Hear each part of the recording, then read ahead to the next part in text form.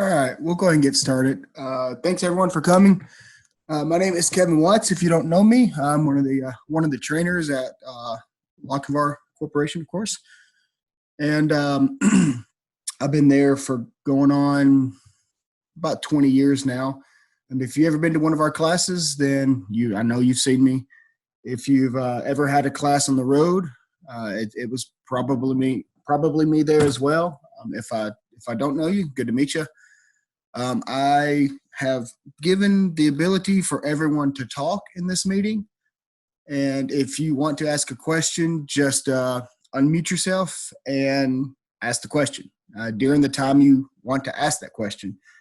I would rather it be at the slide that we're on so we don't have to go back just to save some time. But if you want to type your question in, then feel free to type your question in. Charles Phillips is also on this call with me. He's kind of managing the questions if I don't get to them, because it's kind of hard to see while I'm doing the presentation as well. And as people are coming in, he'll be unmuting you as well. Or I shouldn't say unmuting, he'll be allowing you to talk. So what this course is going to be going over is the Smart Touch operating control. Now, with that said, there's another section or another video, another webinar that we've done that goes over the actual parameters. This webinar is not going to be going over many parameters whatsoever, maybe a couple. Now, if you have a question about a parameter, that's completely fine. I can answer that as well. But what this presentation is going to be going over is the view screens, and I'll get into a little bit more than that and what that means in just a second.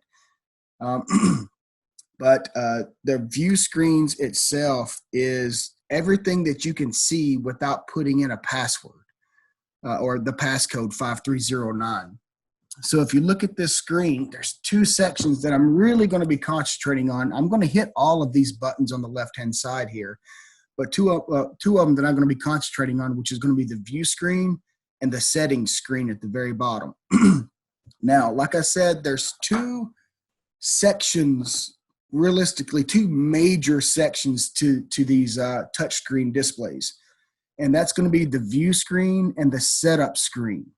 Now, we're going to be concentrating, like I said, on the view screen. The setup screen is, if we want to do that in a later date, we can. But like I said the other day, if you wasn't able to attend that smart system section, I do apologize. We will get that up on Lochinvar U hopefully pretty soon. But like I said the other day, once you know one set of parameters, you pretty much know them all, no matter what you're dealing with, whether it's going to be an FTXL, a KH model, a Crest model, even when it comes to the water heaters like the Armor or the Powerfin water heater. They're pretty much the same. Now, as far as this touchscreen goes, this touchscreen, once you know one touchscreen, again, you pretty much know all of the touchscreens on how to navigate around it, what they can do for you, how they can help you troubleshoot, such as the Crest, the Powerfin, and the Armor, the large Armor. All these screens are pretty much going to look the same. So getting started with this, I want to go over the home screen first, because this is what you're going to see when you walk up to the unit. Now, this home screen can give you just a lot of information, as you can see. On the top left corner, the green section here, that could change colors. It could be a green, it could be a red, it could be an orange. It could be a yellow, depending on the state of the unit that it's in at that particular time. If it's green, that means it's ready, it's good to go. It may be running in a green state. It may be in a post-purge. It may be just in standby, but green means it's good to go. If you see a red screen or an orange screen, anything like that, that means something else. And I'll show you an example of those once I get to those slides. Over to the right of that green screen is going to be your just information about how the unit's modulating. Very little information. We'll get to how you get in depth with each one of these screens just in a little bit, but it's going to give you information on where the unit's modulating, what the fan speed is, what the target is, what the actual is, so on and so forth. And we'll go more in depth on each one of these. Bottom left, where it says set point there, that's actually what your set point's going to be.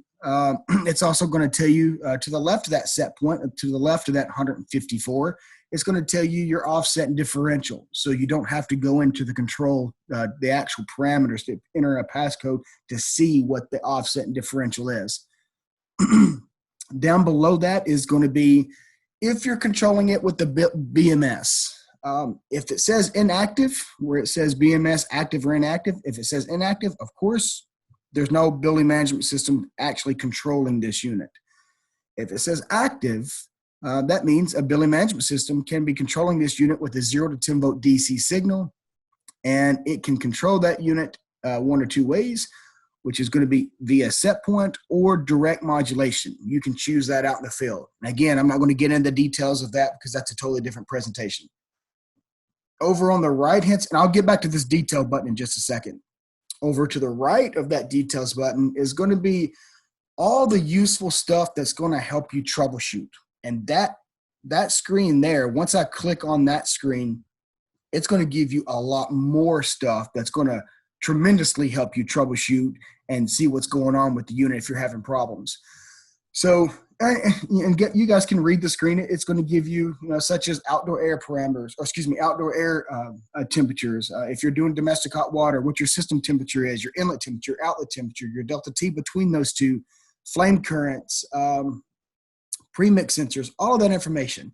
And again, we'll dive a little bit more deeper into that in just a second. Now going back to this details screen here, this details button, if you hit that, that's a quick access directly to your set points. So these set points is either going to be one or two set points. It's going to be a space heating set point, which is going to be the SH, of course, and it's going to be a hot water set point, which is going to be your domestic hot water set point.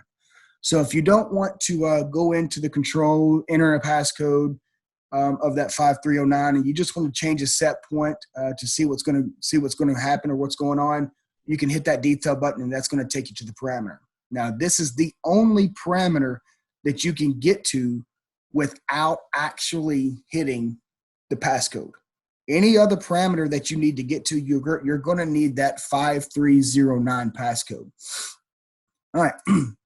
Now, if I go back over to the left-hand side, this red bar on the left-hand side, if I hit that view button there, I know it doesn't say view, but we pick pictures to simulate that view. But if you hit the button that I'm pointing at, that is actually your view screen. So once you hit that view screen, this is going to pop up here. Now, this is where you're going to be able to go into each individual screen, such as the boiler screen, the modulation screen, the history screen, so on and so forth. And there's a lot more than this as well. So if you look at the top right-hand side of each one of these boxes, you're going to see the little 4 arrows that's going to be pointing outward. And basically what that means, if you was to hit that arrow, it's going to expand that box out, which is going to take you into that individual screen. So as I'm going through this, I'm just going to touch on each one of these individually, not any particular order. But for example, the next one's going to be the boiler screen, which is going to be this screen right here. So if I hit this button on the right-hand side, it's going to take me into that individual screen. The next one could be the modulation screen. So I'm just picking them. I don't know why the order I picked to go in. It's just go with it. So if I start off on this boiler screen here, it's going to take me to this screen right here, which is one of the best screens that we have. And guys, I'm telling you, people don't know what we give them. And I use this screen probably more than any other screen that we have as it's one, troubleshooting and just getting general information about the unit. Starting on the left-hand side of this screen, it's just going to be a carryover from what the front screen was. Like I said, inlet temperature, outlet temperature, delta T, flue temperatures, so on and so forth. Over on the right-hand side of the screen, it's going to be tons of useful information. Now, this screen does scroll down. So if you treat it just like a iPad or an Android tablet, If you take your finger and scroll down on that screen, it's going to give you more information down at the bottom. It's not on here right now, but you'd be able to see it in the field or in the manual, of course. Now, what I use this screen for is mainly to see if a safety is bouncing. And what do I mean by that is if a safety is opening and closing and opening and closing and opening and closing, that's called a bouncing safety. Now, I've been in this business, like I said, going on 20 years now, and I've been to a lot of places. Been to 45 to 50 states with Lochinvar, pretty much every province in Canada, troubleshooting these units. And my personal opinion, the hardest unit to troubleshoot, I don't care what brand it is, the hardest unit to troubleshoot in the field is a unit that's actually running. It's actually working just fine. You get the phone call saying that, hey, yeah, this unit's down again. And you ask them, well, what did it go down on? What did it lock out on? And they don't know. All they know is if they hit that reset button, everything works just fine. And they learn that really quick because they start getting heat a lot quicker. So when you get to the job site, you walk up to it and the unit's running. How the heck are you going to troubleshoot that? That's tough. All you've got to do now is start actually guessing when it really comes down to it. So let's say it starts running. And then all of a sudden a safety starts to bounce. And what you could do is you could do one or two things. You can get your voltmeter out and start going to each one of your safeties. You can start going to each one of your safeties and start checking voltage in and voltage out. If you have voltage in, and then you go to the normally open or the normally closed contact and check voltage out and you have it, that safety should be good. But if you continue to monitor that safety and that safety starts to bounce for whatever reason, and you start to lose voltage on that particular safety, and then all of a sudden you get it back, that's going to cause your unit to actually kick out. Now, with that said, some of these safeties require a certain time before they lock out. Some of them lock out immediately, such as manual reset high limit. If the manual reset high limit was to open up for whatever reason, if the outlet water temperature was to get too high and it was to hit that manual reset high limit setting, you're kicking out right then. You're locking out. Someone's physically got to come in, hit the reset button to turn that unit back on. But some of these safeties, such as, let me pick one here, gas pressure switch.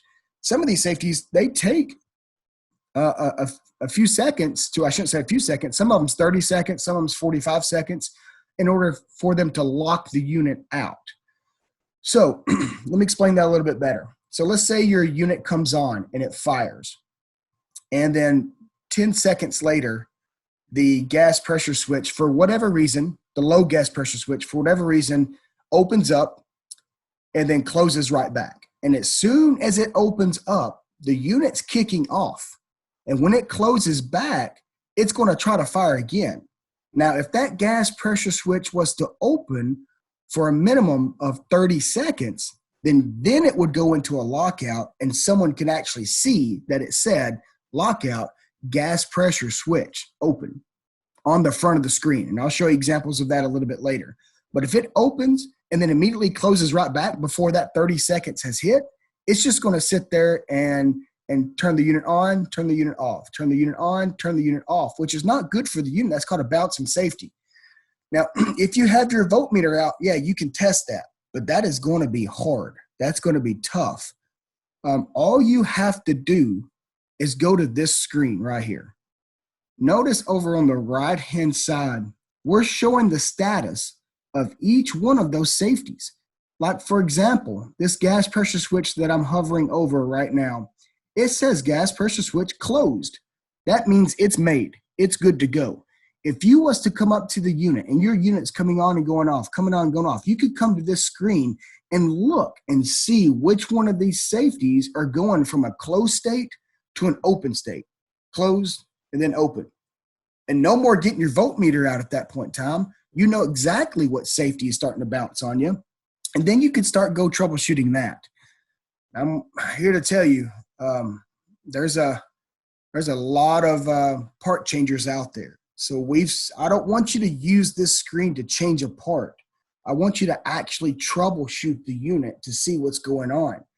If you was to walk up to the unit and the unit actually did say gas pressure switch lockout, or you was to go to this screen and you notice that the gas pressure switch is going from open to close, there's so many people out there that just replaces the gas pressure switch without checking anything. The very first thing you should be doing is actually checking your gas pressure. Maybe the pressure switch, the gas pressure switch, is just doing its job, and it's going below the 3 or 4 inches that we have set on that gas pressure switch. If that's the case, then it's just doing its job, and that's the reason why it's kicking off. So, and that's just one example why I use this screen. You can see where the unit's modulating. You can see where the fan target is and where the fan actual RPMs are. You can see what the pumps are doing. You can see what the 0 to 10 volt DC signals coming into your unit. The whole goal is we're trying to eliminate using a voltmeter on these units, because you know as well as I do, sometimes we get a little clumsy with voltmeters, and the terminal strips that we're using is pretty tight. And if you start to go measure voltage or resistance or whatever on a terminal strip, and you accidentally touch a voltage lead to another, I mean, you're shorting something out at that point in time. Excuse me. And you're probably either replacing a low voltage board or you're replacing a fuse somewhere. So we're trying to eliminate that aspect of it. So that's the real reason why I use this screen. I remember one time whenever I was out on the, anytime they have a problem out on the line, if they can't find the ME, they'll call one of us. And they've been troubleshooting this unit for a good 10, 15 minutes. And the last thing we want is the line to be sitting there for 10, 15 minutes and nothing coming down it because they're troubleshooting a unit. And they were having that exact same problem where the unit was coming on and going off, coming on and going off. And we figured out that the air switch was actually bouncing. But they didn't know about this screen for whatever reason. And I showed them this screen, and they thought it was the most amazing thing I've ever showed them. And this is just, the tip of the iceberg of what these screens can do for you. And now they've been using it ever since. So it was able to save them so much time when it comes to troubleshooting, especially when safeties are bouncing. So guys, just use it. It's a really good screen. All right. Next screen. Like I said, I'm just going to go from screen to screen to screen. It's the Cascade Screen. Now, the Cascade Screen is a very useful screen. The main reason why I use this screen is to see if my Cascade is actually reading the other units. Now, first and foremost, this Cascade Screen is only going to be visible on the leader. It's only going to be visible on the leader. You're not going to see this screen on any of your members. I don't want to get into Cascade and how it works, and because that's a totally different presentation. But if I was to have 8 units in a Cascade, I would be able to have 8 circles right here that's going to show me the status of each one of those units. Now, that's about all I'm going to be able to see. It will show you if one of them is in a lockout state or if one of them is in a domestic hot water state, but that's about it. If you want to see what's going on with an individual member, then just go to that member unit and look at its screens. Like I said, you're not going to be able to see the Cascade screen, but you can see all of the other screens. I can't see all of the other screens on the leader. Now, so over on the right-hand side, it's just going to give you some information such as system temperature, system return, outdoor temperature, just used for information that's going to be helpful with the Cascade. It's also going to give you a time that it's going to allow you to turn the next unit on. I got a question here. Sorry. It says, Cascade Screen. Will the alternate leader show the members in the Cascade? Unfortunately, no. If you have member number 1 as an alternate leader, which is completely possible with this unit, you're still not going to be able to see the Cascade screen. You know, we've thought about that, we've talked about that, but we're using that alternate leader as an emergency situation only. So we're not using it as a complete backup. If it's that desperate to you to see the actual Cascade screen on member number one, if it's an alternate leader, our suggestion is, if you're there at the job site, just take the member board and put it over on the leader, or make that one the leader so you can see that screen. But we're only using the alternate leader as emergency situations, just to get you through the night, maybe through a couple of days. It's not meant to take over permanently of the Cascade. We want that leader actually fixed. Hopefully that answered your question there. All right. All right, next screen. Next screen is going to be, did I just skip one? Nope, I did not. Next screen is going to be a modulation screen. To be honest with you, I don't use this screen. I don't use the screen much. I probably should use it more than I do, but I can find all of this information on another screen. But it's really nice just to have this modulation screen, just to make it large for you so you can see the circular rotation there of that animation, and what the actual fan speeds are doing, just so it's not jumbled up on another screen somewhere. So we just made the decision to make the modulation screen its own screen, but you can find all of this information on another screen, of course, especially that first screen that we went over to, that boiler screen or the home screen. You can find this information there as well. So it's just a nice screen to have, just in case you want to come in and see just that. That's about all I can say about this screen. Next screen is one of my favorites. This is a big one to me. Like I said earlier, one of the toughest units to troubleshoot is a unit that's running. Well, before I get started in that story, notice it does say down here below flame fail running, it says unknown error. Your units will not say unknown error. This was a screenshot to put into this on one of our very, very first prototype units. And we keep it up there just so people ask the question in a classroom environment, so we can tell them that you will not see it. This is a very first generation of this screen that didn't even get out in the field. But anyway, now what this unit can do for you is it can keep at least the last 10 errors that's happened with it. And it's also going to keep a time and date when that error has occurred, or that lockout has occurred, which is huge in this industry. So like I said earlier, one of the hardest units to troubleshoot is a unit that's running. You walk up to it, it's running. There's really no way to troubleshoot that. All you got to do right now is start guessing. You can start looking for stuff that could be wrong. But since we give you this fault history screen here, you don't have to be there when the unit actually faults out.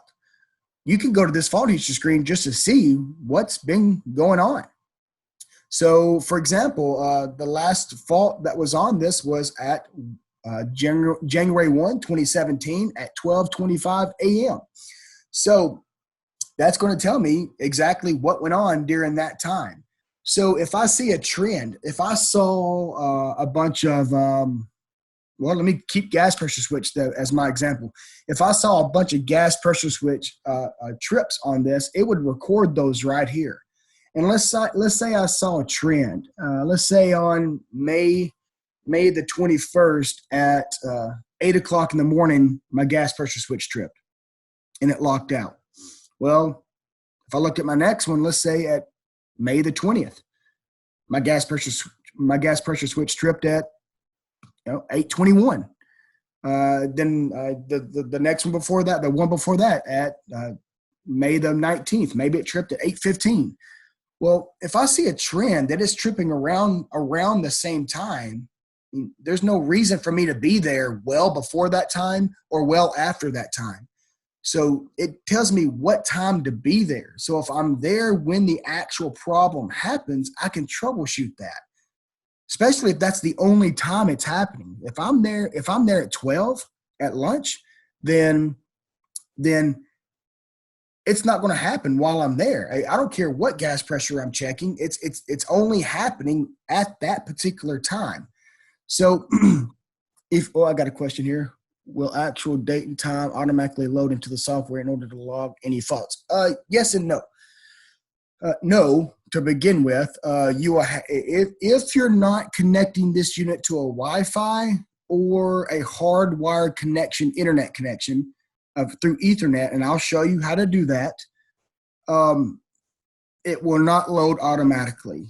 You will have to manually put the time in, and we'll get to that section as well. I'll show you where to put the time and date in manually, because there's some locations where they just can't get an internet signal to their units. So it's very important to enter the correct time and date. It's a very good point there, Rich. It's a very good point to enter the time and date, because if you have the wrong time and date, and it tells me that this failure is happening around 8 to 8:30, and I show up around 8 to 8:30, and it didn't do it, I'm going to be ticked. And then I realize that the wrong time and date is not entered. So the only way it would load it automatically is if you're connected to the internet via Wi-Fi or hardwire. All right. And that's the left-hand side of the screen. That's going to be your last several errors or lockouts that you have there. Use that to your benefit. Now, keeping on that same side there, you see the view button right next to it. I'll get to the graph screen directly after this screen in just a second. And to be honest with you, I very rarely use the graph screen. Actually, let me go ahead and get to that as I'm talking about it. I'll come back to this, the right-hand side of the screen right now, or in just a few seconds. So if I wanted to see flame fail running, if I wanted to view what was happening during this particular time, I could come to this graph screen here. Now, if I was to click it, this view button here, it's going to take me to that particular time and day that failure had occurred on. Now, up in the upper right-hand corner of this screen right here, you're going to see this little list box. And as soon as you hit that box, you're going to be able to choose several. Oh, sorry. I went too far. You're going to be able to choose pretty much 5 things that you want to see during that lockout, whenever that lockout had occurred. So if I was to get manual reset high limit during a certain time, and I wasn't there to reset it, and no one knew how to troubleshoot it, well, one of the obvious things that I want to look at on a manual reset high limit is the outlet temperature. The outlet temperature, that's the main thing that's going to trip a manual reset high limit. So I can select that outlet temperature, hit the OK button, and it's going to take me back to this screen, and it's going to tell me exactly what that outlet temperature was during that high limit trip. And that's just amazing. Now, you can do the last 3 minutes from that lockout, or you could just say, last 30 days. Now, let me go back to the history screen here and talk about the right-hand side here, because I definitely do not want to forget that. Over on the right-hand side, you're going to have runtime history. And in the top portion of here, I don't use that much, but I do use the bottom section of this. Now, the top section, like I said, I don't use that much. But I tell you what, our salesmen do. Our salesmen do use this a lot, because especially to show off to their customer. If you can see, as you can see here, it's going to tell you how many hours it's been running in certain percentages. For example, this one here, if I was to walk up to this unit and I would see all 182 hours have been running between 75 to 100%, it would concern me a little bit. That would tell me that this unit never modulates. Well, it does, but down to 75%. This is just giving you a gap, but it also could mean that it's always modulating at 100%. So that would concern me a little bit. Maybe that's a unit that's been severely undersized, which is super rare. But The majority of the jobs that I go to, I see the more of the hours in this bottom box, which is, I shouldn't say box, this bottom line here, which is going to be less than 25%. And if you can show your customer, I've had 2 responses on this. You can show your customer saying, hey, you know, 90% of the time your unit is running less than 25% of your modulation. Most of them are like, that's awesome. That's exactly what you want. But I have had a couple of them say, well, why don't you sell me such a big boiler? And it's not that they sold you such a big boiler. It's just that the outdoor conditions didn't get as cold as how they size them. You know, all boilers are sized based off an outdoor temperature, and there's an outdoor design temperature in everyone's area. And maybe it just hasn't gotten to that outdoor design temperature. And if it doesn't get to that outdoor design temperature, you don't need your full boiler unless it goes into a domestic hot water or something like that. But you don't need all of those BTUs unless it is worst case scenario. So it may just not have gotten to that design temperature yet. And then they're usually pretty cool about it. Now on this bottom side here, this bottom side is one of the very first screens I go to whenever I see any unit, because this is going to tell me how many times per hour my unit is cycling. Now I have to do a little bit of math on this. So if I look down here, it says total running hours of 350, total ignition attempts, 202. That's actually pretty good. If you can do the division, if you can do the division with 202 and 350, which I know you can figure out how many times per hour that unit has came on and gone off. And if you get a number above 6, it's bad. No unit likes to cycle. So if you see a number above 6 or less is acceptable by ASHRAE.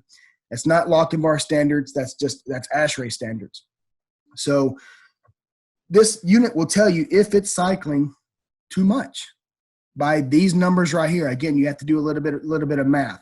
Now these total numbers right here is never going to be able to reset. If I was to hit this reset button, you'll never reset the total.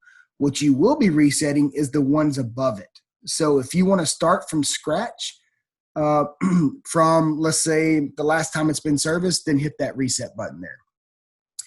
I'm not going to get into what causes cycle situations, how to solve cycle situations. That's on my other webinar that I did with my parameters. We'll be getting that one up on Lochinvar U as well if you want to go back and watch that one. Or heck, we may have another one. All right. So the next screen is going to be the graph screen here. Like I said, you can use this box in the upper right-hand corner to select 5 different things. And once you select those things, it's going to put them on this graph. It's going to color code them at the bottom to tell exactly what it is. And you can choose the last 3 minutes, which is nice, or you can choose to look at the last 30 days. And that's a big one. Before this last 30-day tab was there, which was on our first generation Crest screen, the very first one, we didn't have that tab. And to be honest with you, I never came into the graph screen, ever. It was pretty much useless to me because I could see all of this stuff on another screen. Now that we've added this last 3 minutes and these last 30 days, I come into the screen all the time. It's giving me a brief history of whatever I pick, which is really nice. All right, now service note screen. Service note screen is only for your use. Of course, you don't have to use this whatsoever. I do. Anytime I go to a unit and perform service out in the field, I log that.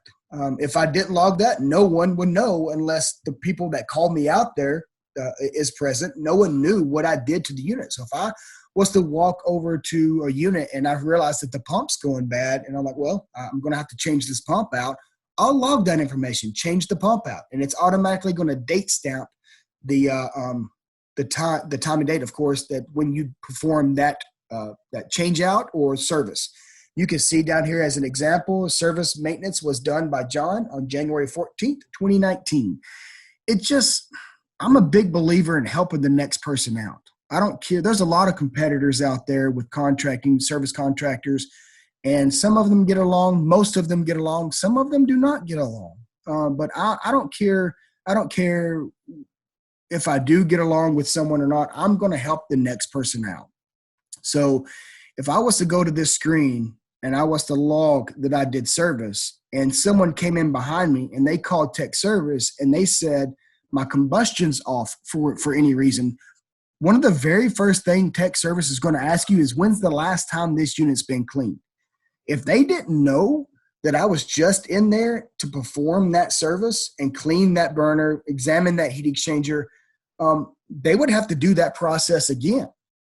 And they might already go ahead, no matter if they know I'm in there or not. I knew I was doing it beforehand or not, just to feel comfortable with themselves.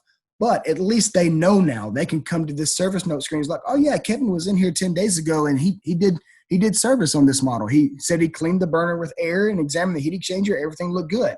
Now they don't have to do that now. Now they can go ahead and maybe tweak a gas valve or look at the venting or look at something else that's causing them for their combustion problems. So if you enter nothing on this screen, it's not going to hurt the boiler whatsoever. But it's only going to help you and the next person that gets to the job site. So use it. Take advantage of this screen. All right, now that's pretty much all of the view screens as far as information-wise. Now, if I go back to the home screen here, I told you that the top left-hand block is going to change colors depending on the status of the unit. For example, right now it's a green, a lime green looking block, which is different from the dark green that we had earlier. This says blocking, and we have blocking errors, of course. Now, an example of a blocking is not the same example as a lockout. I'll show you what a lockout is in just a second. A lockout means your unit actually kicked off and there was a problem. A blocking just means that the unit is firing and it's not modulating where it should be modulating. Something's preventing the unit from doing what it needs to do. In this case, I'm actually performing service. And I'll get to the service screen a little bit in just a second. But I'm performing service. So all of these units, all of our models has service screen. I shouldn't say screen. Some of them have a button. Some of them, the ones with touch screens, of course, has a service screen. So you could go to that service screen and force that unit to fire so you don't have to go in and change any settings to manipulate a call for heat. You don't have to jump out anything. I don't have to worry about shorting something out on the low voltage board, nothing like that. So all I've got to go to is the service screen, push a button, cause it to fire, and I can fire each one of the gas valves at high and low. Every one of our units has, well, I should say 98% of our units has the ability to go into service mode, whether it's going to be a button on the front of the screen or front of the display, or it's going to actually be a touch screen. Now, this is indicating a blocking because I'm forcing the unit to fire when it really didn't have a call for heat. That's why it says blocking. And there are several different types of blocking, like delta T blocking, outlet temperature blocking. All of those are referred to in the manual. That's not really this section. So if you want to know what all the blockings are, just refer to the manual. It gives a pretty good description there. The next one's going to be a lockout screen. Lockout screen is exactly what you think it is. It's going to turn red. We picked red for obvious reasons, of course. So, for example, this says lockout, outlet, manual, reset, high limit. And we took it a little bit, a step further than that. Instead of just telling you what the lockout was, we're kind of giving you a brief description on what could have caused that problem. Now, this is not the only thing that could cause these problems, but it could be one of them. It's probably the major one. And it says the outlet water temperature has exceeded the setting of the manual reset high limit. And that explains it pretty well. To reset it, all you got to do is hit the reset button here and it resets it. Now you've got to sit back and examine the unit and see what's going on. Maybe something's happened to the pump. Maybe someone closed the ball valve or whatever. I mean, but it's pretty nice to have that description. Now you don't have to get out the manual to see exactly what's going on. So because, you know, no one wants to read an 80-page manual. I mean, I do because I have to approve them and check them for errors. But no one really wants to read an 80-page manual. I mean, if you do, congratulations, but I've never seen anyone, or heard of anyone sitting back in their lazy boy watching TV reading the Crest manual at the end of their work shift. But if you do, you love this stuff a lot more than I do, and I love this stuff dearly. I mean, this is my passion right here. So anyway, it gives you a brief description. All right, next screen is going to be just screensavers. Screensavers, or if the unit sits there for a certain period of time, and to be honest, I don't know what that time is. I'd have to ask some of our engineers what that time is. But it's at least, if it's sitting there for 10 minutes, I believe. But it's just going to go into a screensaver mode. And what it's going to display is just the status of the unit. If the unit's in a lockout, it's going to tell you that. If the unit's running, it's going to tell you that. So on and so forth. It's just a screensaver. That's all it's doing. To get out of this screensaver, to go back into the home screen, just double tap the screen and it'll take you back to the home screen. That's it. Pretty simple. The next screen is going to be something new that we have, is our O2 feedback option. Now, I'm here to say I'm not going to get into everything with this O2 feedback. We had a Zoom meeting with Robert Weisman, and I believe he recorded that. So if you want to know all of the available features and what each term means, I will refer you back to that webinar, or to that Zoom meeting that he had. It's a pretty good Zoom meeting. It goes over the O2 sensor and what it consists of, all the in and outs. And this slide's just going to give you briefly what we're talking about. I do want to mention that it is a factory installed option. It is not standard with these models. And you can add this out in the field, but you can only add it to the newer style Crest that has a single fan, or any model number that's ending in a 1, such as FBN 751 or FBN 6001. That means there's one fan in that particular model, and it's the next generation. You can add it to those particular models. Anything with 2 fans, according to this, you can't add it to. It comes as a kit. It's just an O2 sensor that goes into one of the sight glass hoses. There's 2 sight glass hoses at the top. We pick one of them. We put the O2 sensor in there, and now it gives us our O2 readings. This is good for combustion, of course. If you want to walk up to it and look at your O2, you can see that. You can relate that to CO2. You can hit the little expand button here. I don't have that screen on here. But you can hit the little expand button. It's going to show you your CO2, your dry O2, the concentration, all of that stuff on that expandable screen, and it's pretty nice. Now, I'm here to say, I'm a service guy, and I'm very skeptical on not just trusting O2 numbers. Now, for what I've seen so far, this is pretty daggum consistent with my combustion analyzer. But this is not going to replace my combustion analyzer. A lot of people think it's replacing combustion analyzer. Until we get more data, I don't feel comfortable saying, yeah, you can trust this and just go with it. I'm going to also get out my combustion analyzer and compare it to this screen as well. And so far, it's been pretty accurate. So, I mean, if you're in a bind and you don't have your combustion analyzer, yeah, you can trust it. It's going to be pretty good for you, but I also have that combustion analyzer ready for me as well. So it's a nice option. I do recommend it. It's going to change the look of this, and it's going to be nice.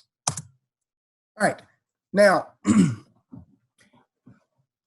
every now and then we get into an update.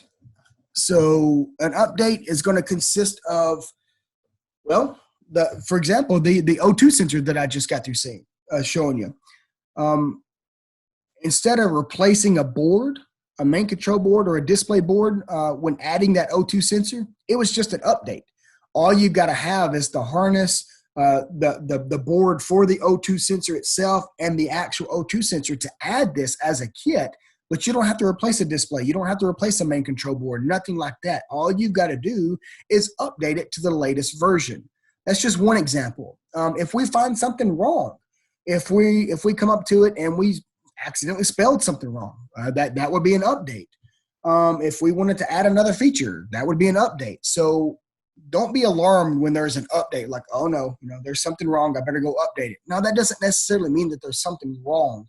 It just means that we we found something that we wanted to correct it, or we wanted to add something to the system. You know, we get updates to our phones all the time. Same thing.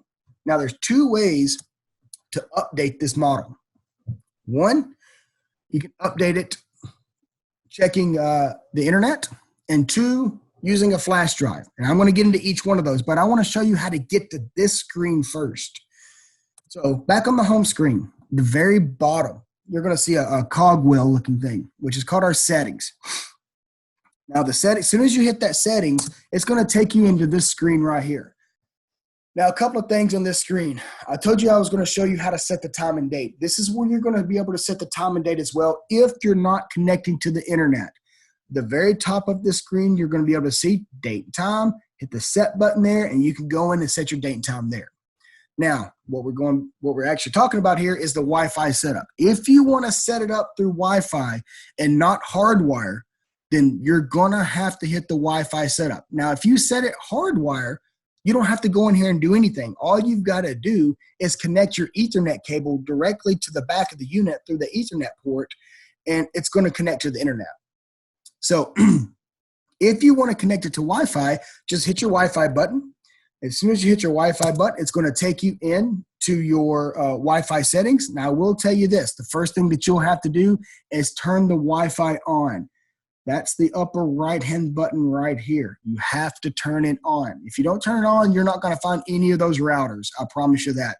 So as soon as you turn it on, it's going to find all of the routers that it could possibly find that's within the area of that Wi-Fi signal. Just select which one you want to choose. Now, I would actually choose a secure setting so no one could actually get into it. What they're going to do, I have no clue. I'm not into that portion of it. But I would have a secure setting here. Now, for all of you out there and want to listen closely, we get this call all the time in tech service. I'm going to go and tell you, we do not know what your password is for your router. It is not, well, I guess it could be. It could be 5309, but odds are it's not 5309. 5309, if you've been to any one of my classes, if you've been to any one of my sessions on Smart System, that's the code to get into the parameters of the night, the WH, the crest, any one of our units, basically. So if you call us up and ask us for the password to get into your internet, we're not going to know that. You're going to have to get into, call the IT guy for that building or speak with someone who knows that password. And we're not going to be able to tell you where to go either. So find that, enter the password. As soon as you enter the password, you're going to be connected to that point in time. It's that simple. People freak out when it comes to setting up a Wi-Fi on this model. It's just like setting up a Wi-Fi signal on your phone. You go to your settings, you hit your Wi-Fi button, you select your router, your wireless router that you want to connect to, you enter the password, and you're good. There's no difference whatsoever. So that's it. Now, after you set up a Wi-Fi, you can check for updates using a Wi-Fi. So if you check for updates, go back to that little settings button. Now you're going to be hitting the system update button. Instead of the Wi-Fi setup, you're going to be hitting the system update button. As soon as you hit the system update button, it's going to give you two choices. Top one, use the internet to check for Wi-Fi. And all you got to do is hit that check for update button. It's going to scan throughout the internet. If it finds an update, it's going to tell you. If it doesn't find one, it's going to say you're up to date. The one below it is you can use a USB flash drive to do the update. Because like I said, not all units have access to the internet. Some buildings don't want their units to have access to the internet. And some mechanical rooms don't have internet present. They just can't get an internet signal. I mean, heck, I've been to some mechanical rooms where I can't even get a cell phone signal. So what you can do is you can go to lochinvaru.com and become a member. And we have webinars on that too as well.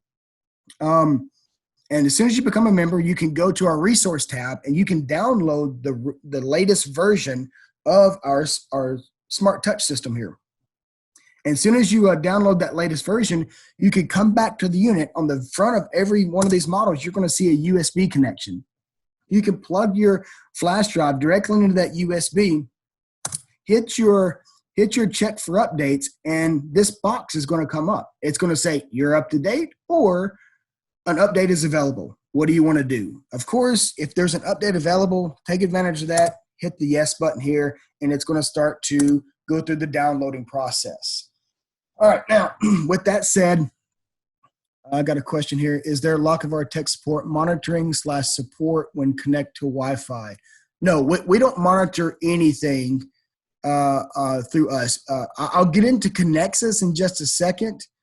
I believe that's the route you're going. If we can actually get into your unit because we have connected to the Wi-Fi, we cannot. If you connect it to Wi-Fi, we can't get into it. Now, if you use Connectus, which I'll get into in just a second, because this unit comes standard with Connectus. Anything with a touchscreen comes standard with Connectus.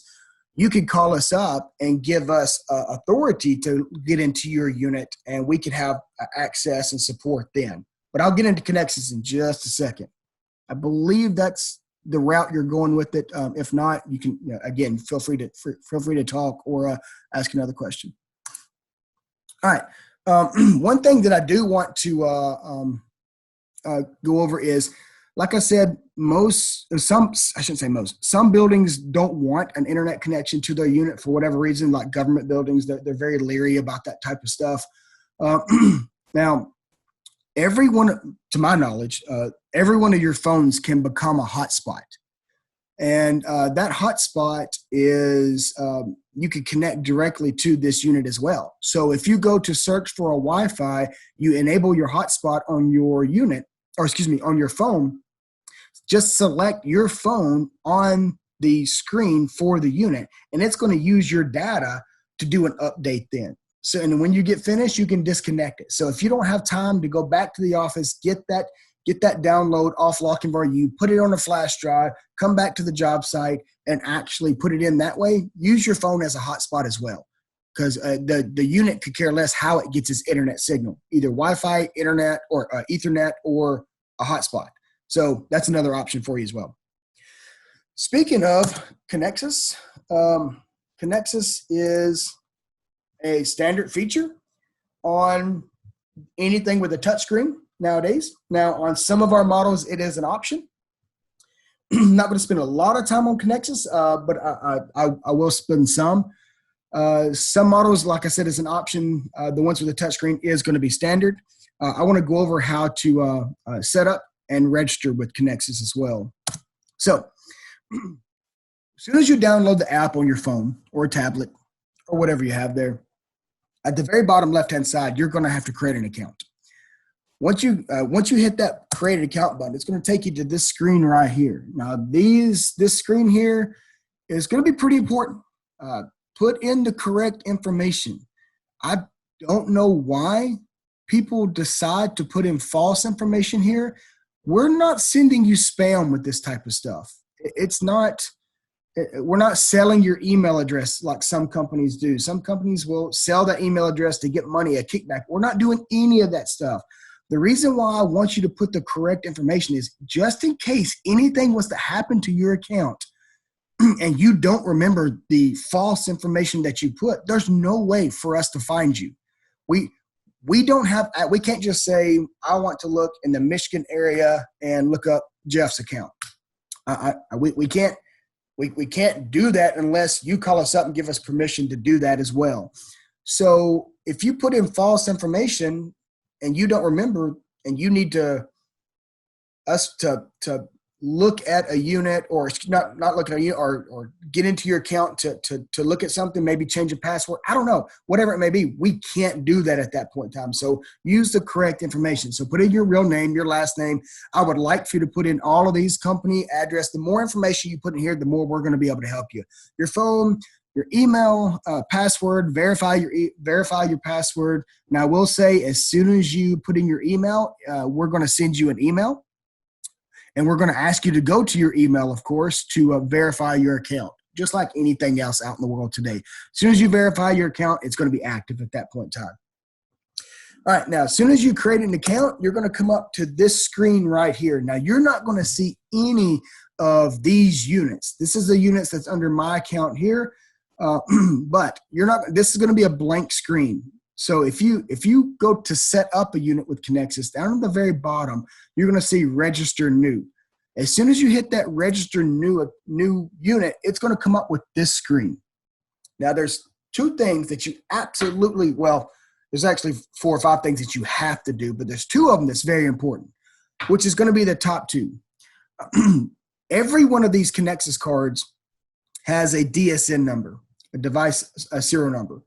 So you can enter that number 2 ways. You can use your phone or tablet to get access to your camera to scan a barcode or a QR code, or you can enter it manually. Let's start with scanning it by using the QR code. So if you hit that scan button on your DSN number there, as soon as you hit that scan button, go to the front of your unit and hit this information button down here on the bottom left-hand side.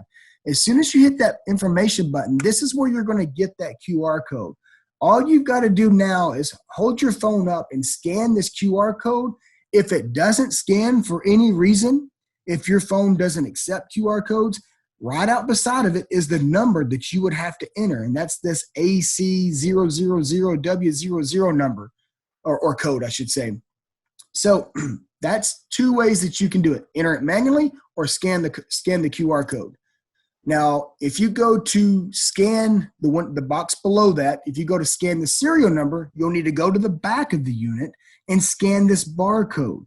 Again, if the barcode doesn't scan for your serial number of that particular unit, you can just enter it manually where it says serial number up at the top here. We do not care which way you do it. This is what links the 2 units, the units together with the actual Connexus account, and links it to your account. And then go ahead and fill in all this other stuff. The unit name, you can put in the model number at that point in time. You can put in I definitely put in the site. If you have an account that has 5 or 6 units on it, yeah, it's not going to be hard to find the unit that you're looking for. But I know some contractors out there that have over 100 units on their account, and it gets very jumbled. And if they don't enter the correct information to get them to that particular unit that they're having problems with, or just want to see, they're going to just have to just search for it and just go through 100 units and see what see what that particular unit's doing. All right, so got a question. Cascade with Connexus. Cascade with Connexus, you still have to have a Connexus card. You have to set it up on each one of your units if you want to see individual models. You can see limited information with on the leader. If you're on the leader with Connexus, not on the front of the unit, with Connexus, you can see some information, but you can't see all information. If you want to see all information with each one of your member units, then you have to set up Connexus with each one of them. You have to register each one of those units, of course. I think that's what you was asking, Daryl. If not, then ask another one.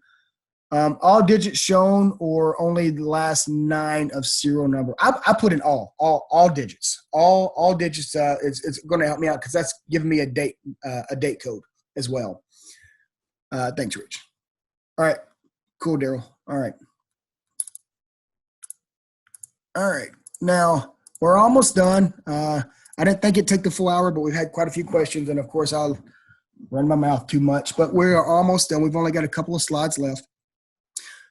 So when you enter all of this information, that's only going to help you out. Once it helps, it's not going to help me out at all. It's only going to help you out to find the particular unit that you're actually looking for. Now, as soon as you enter this information, just hit your register button on the bottom right-hand side, and you're going to be able to find that unit on your home screen right here. And as soon as you find that unit on your home screen, just go ahead and click that unit. You can see anything that you can see in front of the unit. You can change anything that you can change in front of the unit right here. Well, anywhere in the world, as if your phone has a internet connection or a cell phone connection to it, you can see it. And I can't express how thankful we are on the tech service side and the tech training side that we came out with this. You know, me and Ernie Chase has been wanting something like this for years and years and years. This only helps us out, and it only helps you out. I mean, I know some of you on this call have to travel 2 and 3 and 4 hours out of your way just to get to one unit, and then 2 and 3 and 4 hours back to home. And I know for a fact, I've heard stories that some of you just go to the job site just to change a parameter to get the unit working a little bit better.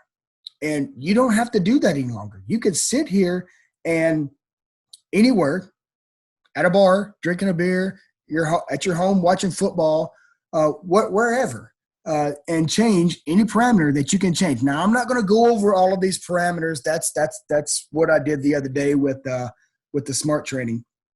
But I do want to cover this service notification screen here, because you're not going to see this on the unit. Now, I will say the only thing that you cannot do remotely with Connectus is reset a fault. Reset a fault. I do not want someone sitting in their house on a Sunday morning watching football, resetting manual reset high limit, time in and time out. And I mean, you could be causing problems to the unit at that point in time. If there's a fault on the unit, we want someone at that job site, which only makes sense. I don't want to give anyone the ability to reset it remotely. It's the only thing that you can't do.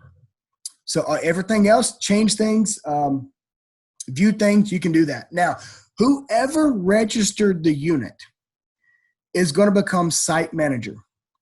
That's the person that's going to have access to everything. Now, the site manager can give 3 other people down here at the bottom, 3 other people access to this unit if he or she desires.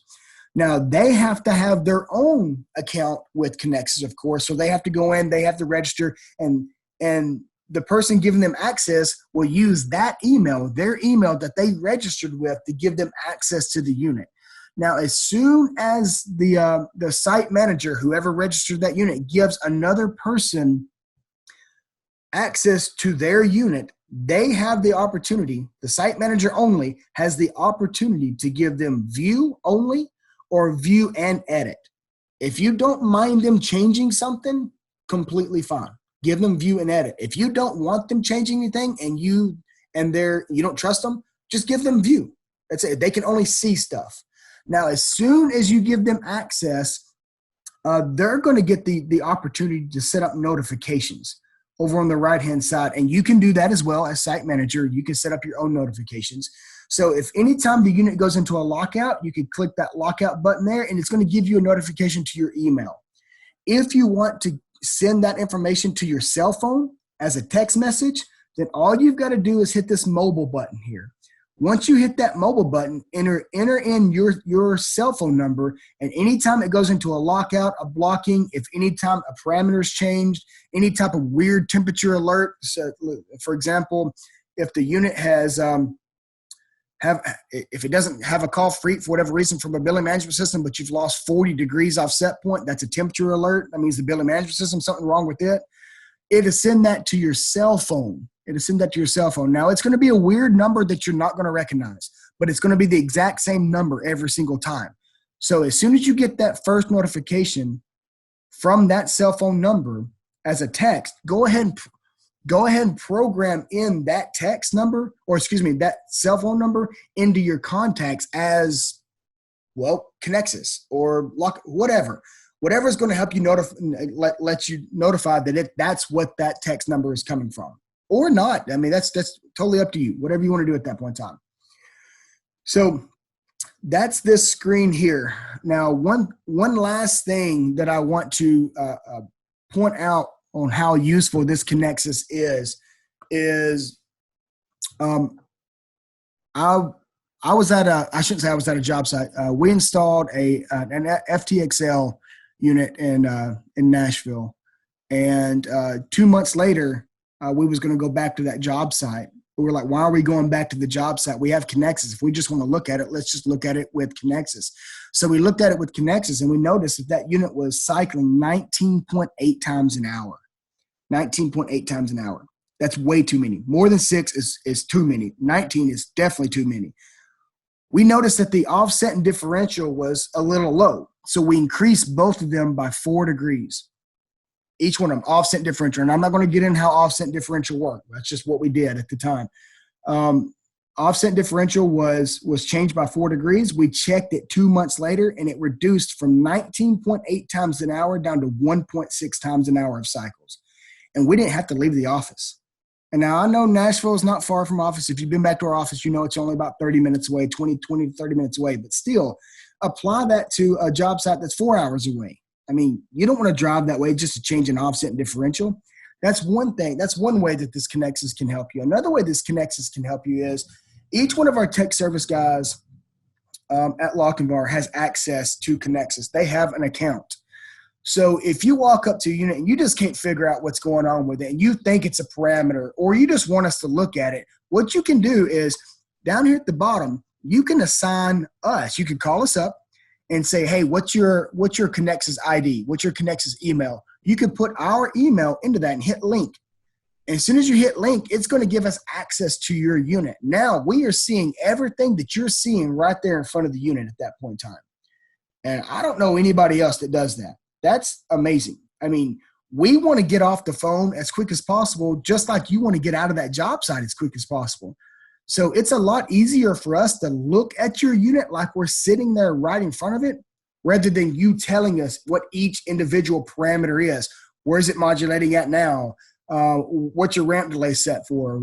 Do you have BMS active? Instead of asking all of those questions and you going through all those screens, which is going to take 30 or 40 minutes, just give us access to it. We're going to be able to see it right there. And it's going to get you off the phone. It's going to get us off the phone that quicker to get to the next customer. That's the benefit of Connectus, guys. I'm telling you, it's amazing. It's one of the best things that we got. All right. Now, I apologize. I went over 10 minutes. Really 5 if you count the 5 minutes that I started late. But went over 10 minutes. I'll open it up for questions if you have any questions. If not, I do appreciate you coming. I thank you for taking the time out of your day. This was recorded. We are eventually going to get these up on Lochinvar U. So if you know someone else that wants to watch what the view screens do, here you go.